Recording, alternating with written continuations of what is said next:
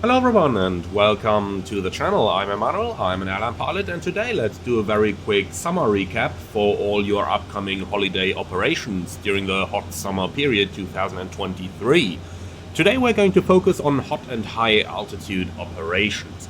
Now, we are currently approaching Salt Lake City, we're level in 15,000, we're going to start our descent very soon. And the outside air temperature at Salt Lake is plus 37 degrees centigrade, which is really hot.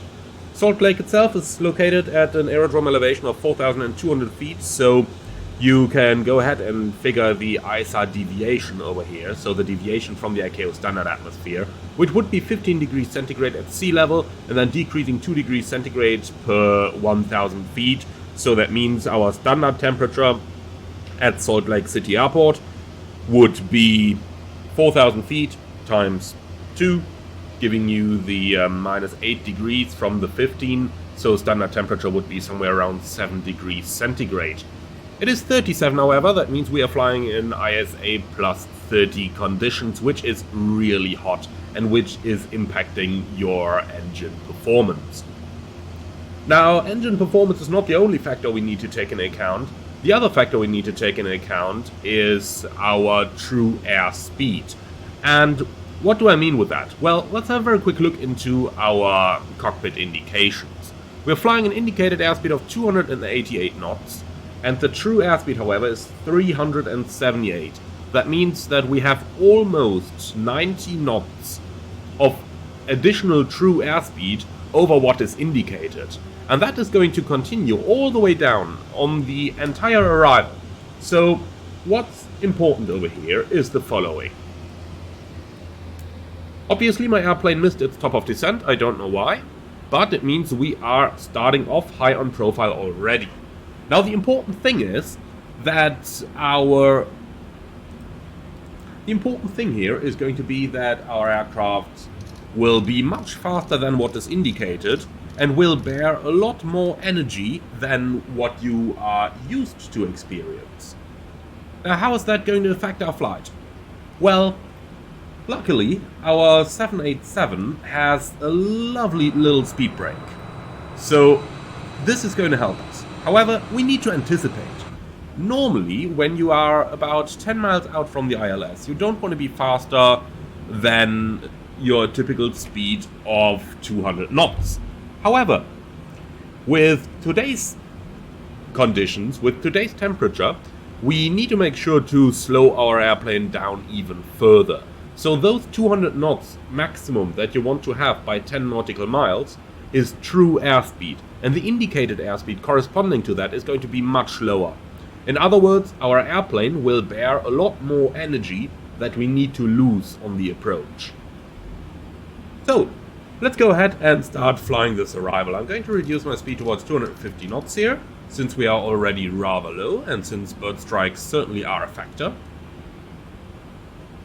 And once the speed is down, we need to get our airplane down. So I am going to use the speed brake all the way into the descent path, and once we're established on the descent path, the important thing is going to be to keep ahead of the game, and in other words, to reduce our airspeed early. You can see we are slowly coming up on the VNAV profile. Luckily our 787 got a heck of a descent performance here, which is really going to help. If you were in this situation in the 737, for example, you could almost certainly go around, or at least make an orbit at this point. So we're coming up on the path again, stowing the speed brake, VNAV, and I don't know what that VNAV speed target is doing, so let's just go speed in event. Alright then, so we are now established on the VNAV path, and we are now following our arrival. We've got to cross Idomi above 9,000 feet, then Lagoon above 7,500, and so on. That is basically how we're going to fly ourselves down onto the approach. We're now 18 miles out, we're doing 250 knots. However, look at the true airspeed, which is 309. And that is exactly what I mean. So speed control is paramount over here. Let's go ahead and start our speed reduction towards 220 knots. And as you can see, we will definitely need speed brakes to do that. So early speed control, anticipating what is going to happen, anticipating that you have a lot of energy to lose, is key to a successful landing in hot and high conditions. And by the way, if anybody noticed those engine anti-ice indications, ignore them. It's a bug in the airplane. Okay, now let's have another look. I'm going to arm the approach mode so that the airplane intercepts the ILS. Here we go, localizer and glide slope capture. And missed approach altitude is going to be 10,000. Set. Now look at this. We're doing 220 knots indicated airspeed, and our true airspeed is 260 knots. In other words, we need to once again start reducing our airspeed. So let's go ahead and extend the flaps. We are now approximately 10 miles out from the landing runway, and you can see we're doing 260 knots, even though our indicator of 220 isn't that bad. So what do we gotta do? Well, pull the speed brake once again. And now you can get why I'm recording this with the 787 and not with the 737, because on the 73 at this speed the approach would be pretty much lost. However, I still want to give you that demonstration here. So let's go flap 5 and take the next according speed. Now look at this. 200 knots of indicated airspeed equals 230 knots of true airspeed. So you're still really going fast. Also keep in mind your distance to the runway, which is now less than 7 miles. So this is full speed brakes, by the way, right now. And you can see the airspeed hardly comes back. So let's go here down, flap 15, and bring the speed back even further. Like this.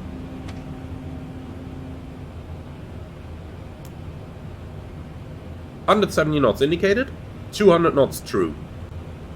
So that is the big problem you're going to face. Next up, in case you have to go around, due to the high temperatures, you will have reduced engine thrust, and the density of the air is less as well. Now what that is going to cause is basically your airplane will have a much degraded go-around performance. On top of that, everything is going to happen a lot faster due to the higher airspeeds. Look at this, we are approaching 145 knots and we've got 166 knots true airspeed. So we're going to fly this approach at around 165 knots of true airspeed, while we are at 140 knots of indicated airspeed. Go-around performance, as mentioned, is a problem, but just like go-around performance is a problem, stopping performance is also going to be a point, because obviously the temperatures are high. The temperatures on the asphalt with conditions like we have right now, where the sun is clearly shining down onto the airport structure, are going to be even hotter than what we have right now. And overall, the brakes are going to heat up a lot more. On top of that, you might be temperature limited on your engines, so the engines might just get too hot in case you run them at full go-around thrust, and your brakes are going to get too hot if you do not use a lot of reverse. Obviously, you would do those landing performance calculations ahead of time so that you can sort of forecast when the brakes are going to get critical. But let's go ahead and do this landing rollout. You can see I've selected auto brakes level 2. I'm going to let the airplane do an auto land over here. And just to give you an idea, we're landing on 16 left at Salt Lake, which is 3,658 meters long. Okay, continue. So let's have a look into the stopping performance of the airplane. 50, 40, 30, 20, 10.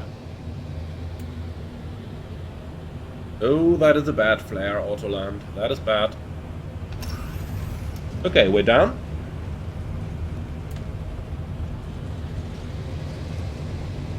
Okay, speed brake up, thruster is normal. Look at that, the auto brake, I don't know why, it's set to 2, but it's applying almost maximum braking here. But look at how long it takes to actually stop the airplane down with an almost maximum braking. You can see it over here.